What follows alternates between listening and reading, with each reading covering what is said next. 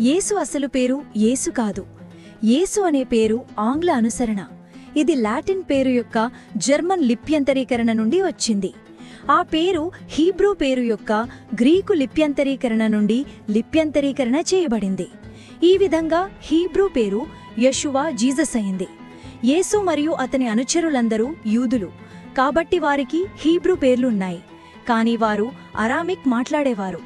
యేసులోని జే అనే పదం హీబ్రూ లేదా అరామిక్లో లేదు. చాలామంది పండితులు యేసు అసలు పేరు వాస్తవానికి యెషువా అని నమ్ముతారు. ఇది ఆ యుగానికి చెందిన చాలా సాధారణ యూదు పేరు. ఇజ్రాయెల్లోని 71 సమాధి గుహలలో చెక్కబడిన ఈ పేరును పురావస్తు శాస్త్రవేత్తలు కనుగొన్నారు. కానీ యెషువా అంత సాధారణమైతే ఒకటి యేసు అని ఎందుకు పిలువబడింది? ఎందుకంటే అది అనువాదంలో తప్పిపోయింది. కొత్త నిబంధన మొదట గ్రీకులో వ్రాయబడింది. స్పష్టంగా ఇది హీబ్రూ కంటే పూర్తిగా భిన్నమైన వర్ణమాలను ఉపయోగిస్తుంది. గ్రీకులో యెషువాలో కనిపించే ష శబ్దం కూడా లేదు. కాబట్టి రచయితలు యెషువాలోని ష స్థానంలో గ్రీకు ఎస్ ధ్వనిని ఉపయోగించాలని నిర్ణయించుకున్నారు. వారు పేరు చివరి ఎస్ని కూడా జోడించారు. గ్రీకులో ఏతో ముగిసే పేరు స్త్రీలింగంగా ఉండేది, కాబట్టి వారు దానిని పురుషంగా చేయడానికి ఎస్ని జోడించారు. తరువాత బైబిల్ను అసలు గ్రీకు నుండి లాటిన్లోకి అనువదించారు. అనువాదకులు యేసు పేరును ఐఎస్ఎస్ అని అనువదించారు. లాటిన్లో కూడా జే లేదని గమనించండి.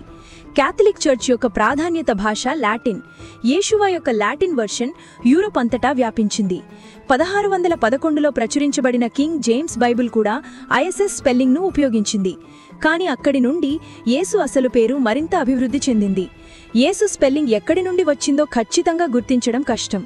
ఆ వర్షన్ స్విట్జర్లాండ్లో ఉద్భవించిందని చరిత్రకారులు ఊహిస్తున్నారు. స్విస్ జర్మన్లో జే అనేది ఇంగ్లీష్ వై లాగా ఉచ్చరించబడుతుంది. క్యాథలిక్ క్వీన్ మేరీ ఐ 1553లో ఇంగ్లీష్ సింహాసనాన్ని అధిష్ఠించారు. చాలామంది ఇంగ్లీష్ ప్రొటెస్టెంట్ పండితులు పారిపోయారు. చివరికి జెనీవాలో స్థిరపడ్డారు. అక్కడే వారు జెనీవా బైబిల్ను తయారు చేశారు. జీసస్ స్విస్ స్పెల్లింగ్ను ఉపయోగించిన మొదటిది ఇదే. జెనీవా బైబిల్ అత్యంత ప్రజాప్రాధాన్యం పొందిన అనువాదం. ఇది షేక్స్పియర్ మరియు మిల్టన్ ఉటంకించిన బైబిల్ వర్షన్. చివరికి దీనిని మేఫ్లవర్పై కొత్త ప్రపంచానికి తీసుకురాబడింది.